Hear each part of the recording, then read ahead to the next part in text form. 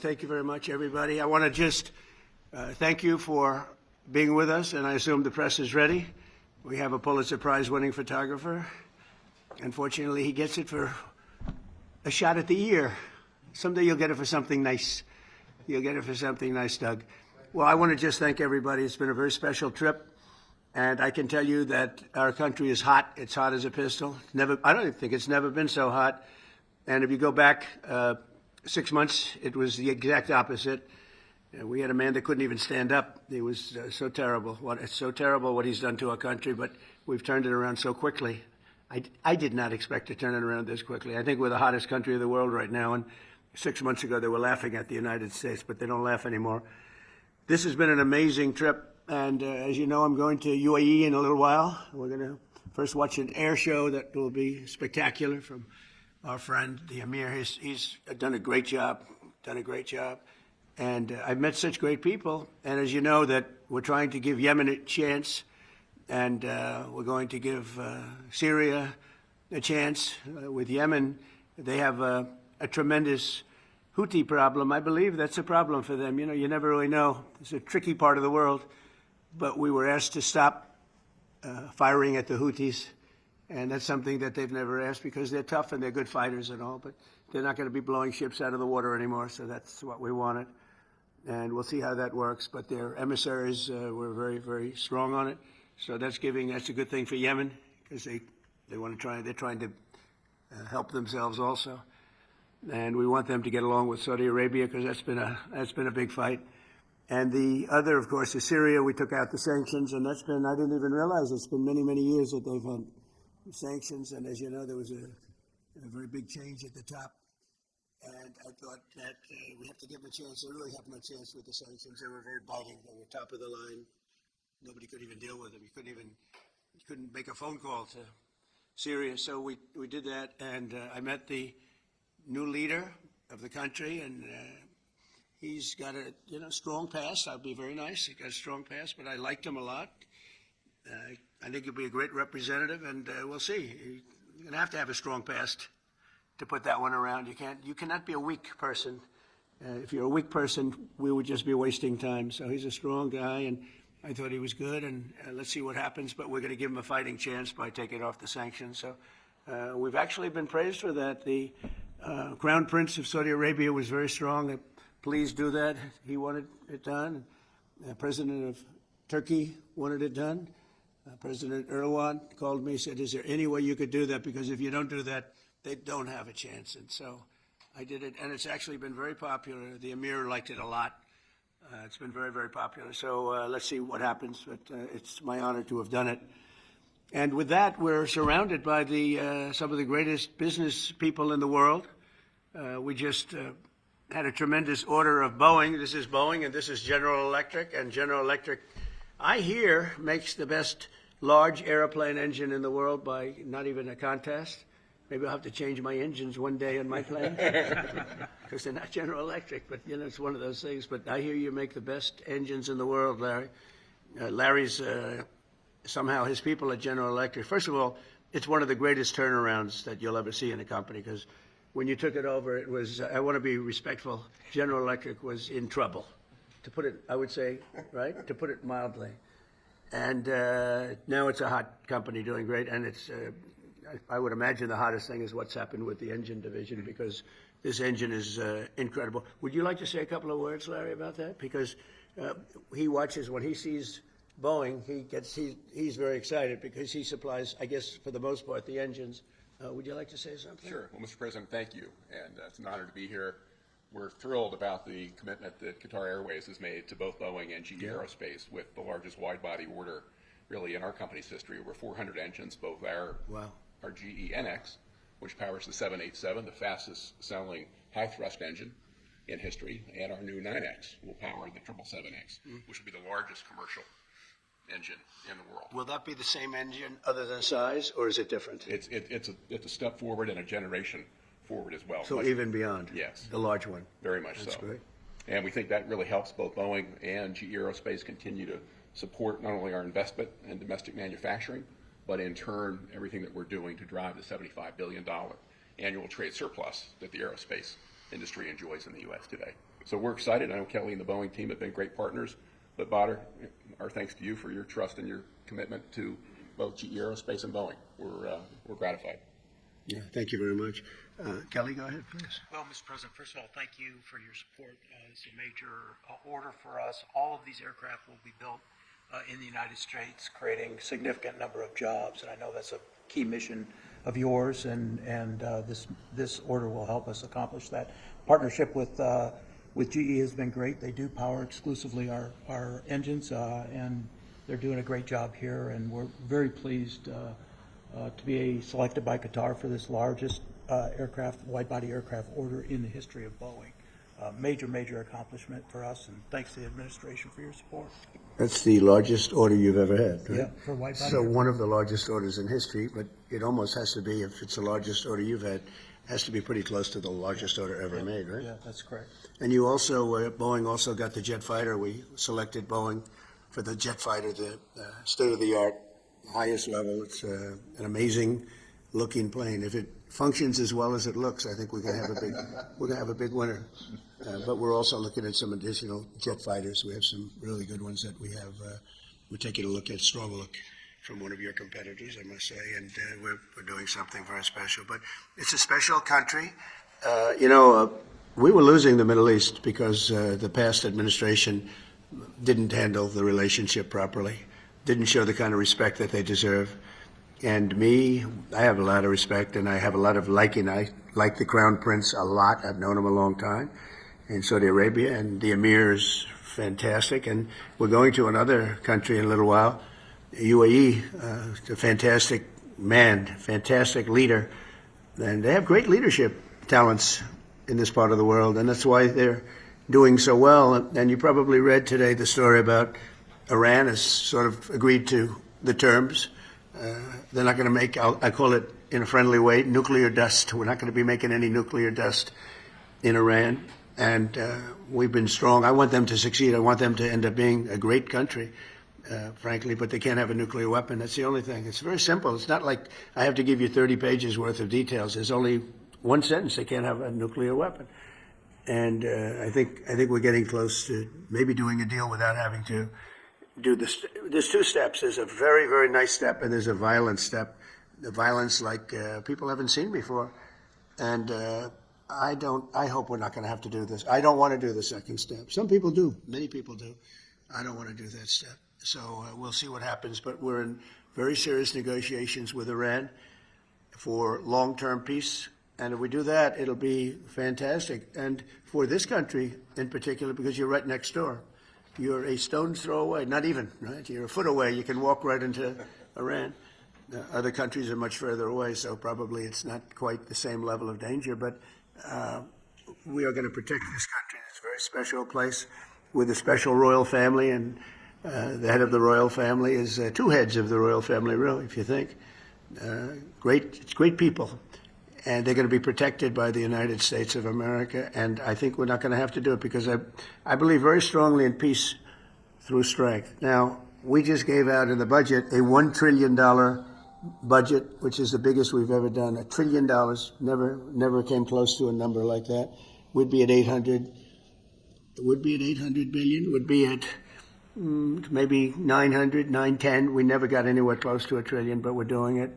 Hopefully, we will not have to use these weapons. We make the greatest weapons in the world. We make the greatest fighter jets. We make the greatest, I guess Larry would know better than anybody, but we make the greatest planes in the world, the greatest missiles and defense systems. The Patriot system is the best, acknowledged to be. I mean, this isn't from me. And we have a lot of it now. It's under order. And we're coming up with new systems, and we're coming up with a new system of drones. Because drones are really, if you look at the war that's going on, it's horrible, but we are watching it very closely, and drones really seem to be taking over that war. And so I hope you're going to come up with some nice, inexpensive engine for a drone so that we don't have to spend so much. I asked one of the companies, I said, I want a lot of drones, and you know, in the case of Iran, they make a good drone, and they make them for $35,000, $40,000. So I said to this company, I want to see it. They came in 2 weeks later with a drone that cost $41 million. I said, that's not what I'm talking about, $41 million. I'm talking about something for $35,000, $40,000 where you send thousands of them up. And that's a great way. And they're very good, too, and fast. and deadly, horrible, actually. When you look at what's happening with Russia and Ukraine, the drone is killing tremendous numbers of people. You hide behind a tree and the drone comes down and it circles you with fire. You don't have a chance. The tree comes down also, by the way. It's so intense. You see these trees being knocked down like they're being sawed down by a top-of-the-line timberman like, you know, who? Sean Duffy. Do you know that Sean Duffy, the head of the transportation department, who's working right now on the airports and getting a system because Biden didn't do a thing for 4 years, and Pete Buttigieg was the head, and he goes bicycling to work. He takes a bicycle to work. Can you believe he's running the biggest air system in the world, and he takes a bicycle to work? And they say he's going to run for president. I don't see it. Who knows, right? But I don't see it. But when I look at what they've done, it's so horrible what they've done. And the work they did do, they wasted billions of dollars. They're trying to hook up air systems to copper, and they tried to hook up copper to glass, and the glass doesn't work with the copper. And they had 30,000 different contractors doing 30,000 jobs, and when they put it all together, they spent billions of dollars. It didn't even come close to working, and we're going to be giving out a brand new system. It's very important. We'll have the best system, and we think we know who that system is, but we have a lot of bidding, but we want one check. We want a unified system. We don't want to have 5,000 contractors in all different places, some digging ditches and some not doing ditches because they want to go by satellite. Satellite seems to be the way to go. But so we're going to be giving that out pretty soon. But what people don't know about Sean, because I mentioned lumberjacks, that Sean, you probably didn't know this. That I'm not talking about this Sean. This Sean, no, this is a different Sean. Sean Duffy, the head of transportation. He's a great Sean, though, I have to tell you. But Sean Duffy was the world champion for 5 years, climbing trees and down, up and down, world champion. So that's what you call a serious lumberjack. And he's doing a fantastic job, too. A really respected guy and a terrific guy. And I mentioned the champion because when somebody's a champion, he's the world champion for a long time. He came down, when you come down those trees, coming down at a rapid, he said that started getting you back. You will often break your back. You miss a shot and you're coming down a lot faster than the human body was meant to come down. But he's doing a fantastic job at transportation. But this has been a very historic trip. I watched some of the people talking about it, and even what I would perceive as enemies of ours, people that are not fair from the press, are saying it's been amazing. We've raised trillions of dollars in investments. There's never been anything like it. And just to finish, we have a country that now has, I think, Howard, we can say that at least $10 trillion of investment and potential investment. And if the past administration did $500 billion, it was like a lot. But we did it in 2 months because it's actually a little more than 3 months. But I always say the first month I had to get a little bit acclimated. So I didn't really do this the first, but when we started, so we've really been doing it, Susie, right, for 2 months. So in 2 months, we're going to have over $10 trillion. No country's ever come close to that. No country. And I want to thank the Emir because he put up a lot and in terms of investment. It could amount to 2 million, 3 million, maybe even 4 million jobs in the United States. And more importantly, it's really important stuff. It's tremendous refining capabilities. It's capabilities for very high end. AI is a big subject, and it's a big subject over here too. I always say, what are you investing in? It seems one thing everybody seems to have in common is AI. So I don't know if that's a good thing or bad. Maybe you shouldn't do it because too many people are doing it, or maybe you should follow the crowd, fellas. Okay, so you're going to figure it out. We have a man who's here who has been unbelievable, Scott Bessent, who's our Secretary of the Treasury, and who's so respected when he speaks on television. It's like everyone just says, oh, okay. I had somebody the other day said, well, Scott Bessent said. I said, well, that's pretty good, Scott. You know? So I'm a believer. But when he speaks, the markets really listen.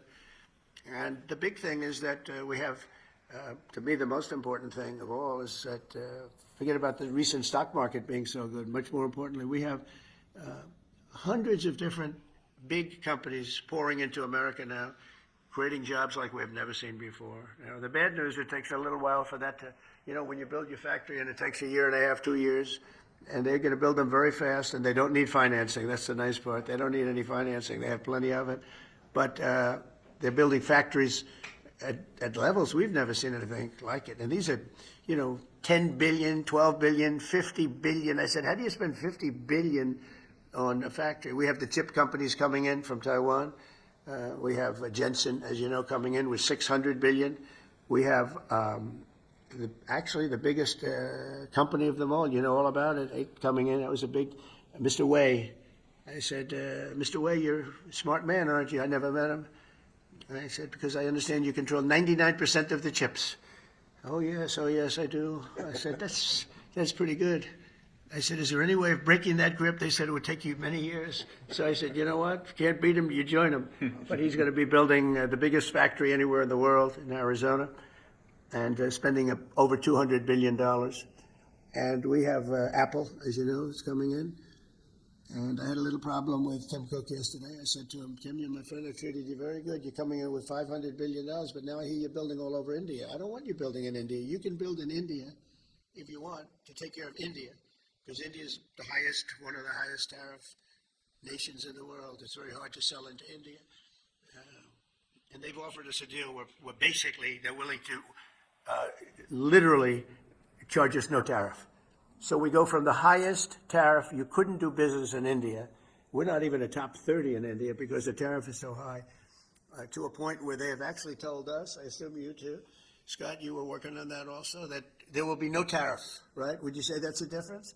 They're the highest, and now they're saying no tariff. But I said to Tim, look, we've treated you really good. We put up with all the plants that you built in China for years. Now you got to build us. We're not interested in you building in India. India can take care of themselves. They're doing very well. We want you to build here, and they're going to be upping their production in the United States. Apple. So Apple's already in for $500 billion, but they're going to be upping their production. So it'll be great. So I really think we've gone from a laughingstock 6 months ago to the hottest country anywhere in the world. And that's not just in business. That's in everything else. And it's psychologically hot, too. And I just want to thank everybody for being here. I want to thank the media. The media, I have to say, has been very fair. They've been very fair. They've been terrific, actually. I was watching some of our, normally they would not say good things, but they're having a hard time saying bad because this is a record tour. There's never been a tour that will raise, it could be a total of $3.5–4 trillion. This just in this 4 or 5 days. And it's from great people. And our relationship now is very strong with Saudi Arabia. Nobody's going to be bothering that relationship. Nobody would be able to break that relationship because of my relationship with the Crown Prince and the family. The relationship is really strong. And when you talk about Qatar, the relationship is equal. I mean, it's just like nobody's going to break that relationship. We have never had a relationship with Qatar as strong as it is now. You know that better than anybody. And they're very happy. And we're going to protect you. We're going to protect you. That's the one thing you need, maybe. But I don't think you're going to need too much of that. And I said last night, it was a great meeting, great everything. They brought in Lee Greenwood to sing. It was a beautiful evening, and I appreciate it. But I said last night that Iran is very lucky to have the emir because he's actually fighting for them. He doesn't want us to do a vicious blow to Iran. He says, you can make a deal, you can make a deal. He's really fighting, and I really mean this. I think that Iran should say a big thank you to the emir, because the emir is fighting very much that we don't. And there are many people that want me to go the other route. They say, just knock it out, because nobody can beat us. We have the strongest military in the world by far. Not China, not Russia, not anybody. We have the best military equipment in the world, and we have the strongest military in the world. If you remember ISIS, General Raisin Kane, right? We knocked it out in 3 weeks. Remember they said it would take 4 years to knock out ISIS? We did it in 3 weeks. That's because you had the right leader. With a stupid person, you'll do it in 4 or 5 years. You won't even do it. You'll fight for 4 years and then you'll leave. Like we always do. You fight. We had a president that blew up half the Middle East and then he left. That was it. It was like spent $10 trillion on blowing up the Middle East and then he left.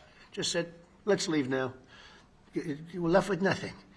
And we don't do that. We take care of our friends. And so you have a great ally in us, and there's nobody even close. In terms of military power, there's nobody close. And I'm not only talking about nuclear. I don't like to mention the word because the nuclear is so destructive that you know, it brings you into a different category. But we're number one in nuclear. I rebuilt our military, by the way, in my first term. We had a really successful first term. Then the election was rigged, and I had to wait, and it became more historic, and I was able to watch and see.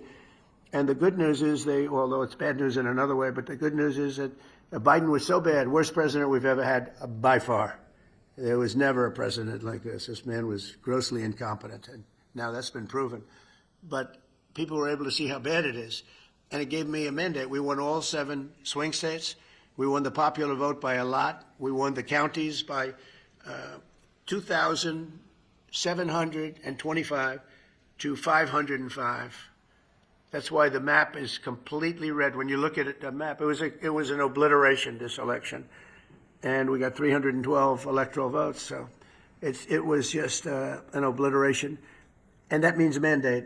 And we have a mandate that nobody's had. They said the most consequential election, and this was a enemy paper, the most consequential election in 129 years. So it's been a tremendous trip. I've really liked it. You know, like this is we're going 20 hours a day.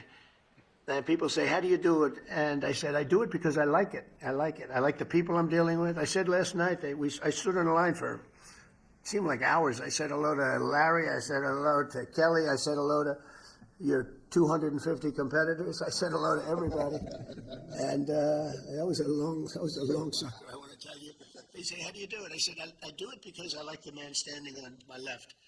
And I said it 2 nights before about the Crown Prince, but last night I had the Emir, and he's fantastic. And I said, it's really not hard. You know, when you like the people and when you are doing something, we have a term, MAGA, Make America Great Again, very simple term.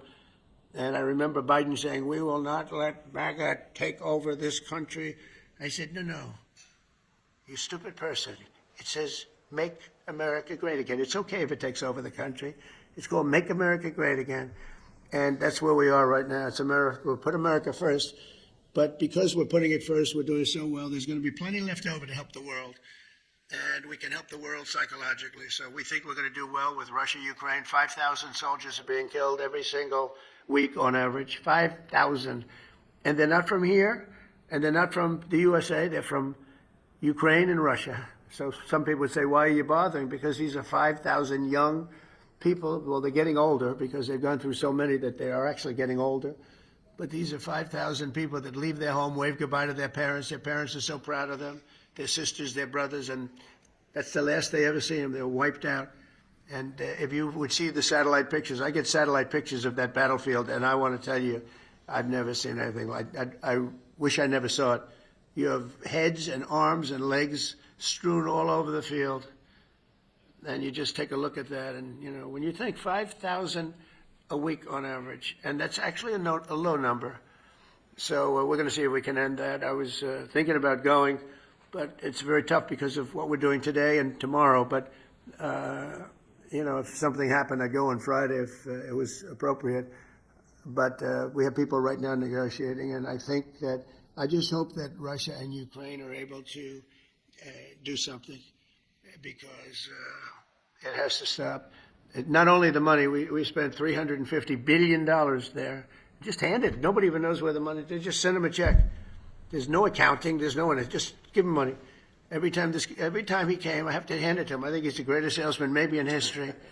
Every time he came to the United States, he'd walk away with $100 billion. Yeah, that's a good salesman, right? Even by your standards, this is a big standard right here. But that's a pretty good set. No, he'd walk in, leave with $100 billion. Last time he didn't do as well. He only got $60 billion. And it was so easy. It was like taking candy from a baby. That was the last administration. This administration has been a little bit tougher. But we'd like to see it end, and I think we're going to have a chance at doing it. And would like to see if we could solve the Iran problem in an intelligent way as opposed to a brutal way. There's only two, intelligent and brutal. Those are the two alternatives. So I want to thank everybody for being here very much, and we're going to take some questions, and perhaps now we'll ask the press to leave, and we're going to see you at the airfield. We're going to have a display of American equipment. Okay, yeah. Jennifer, go ahead.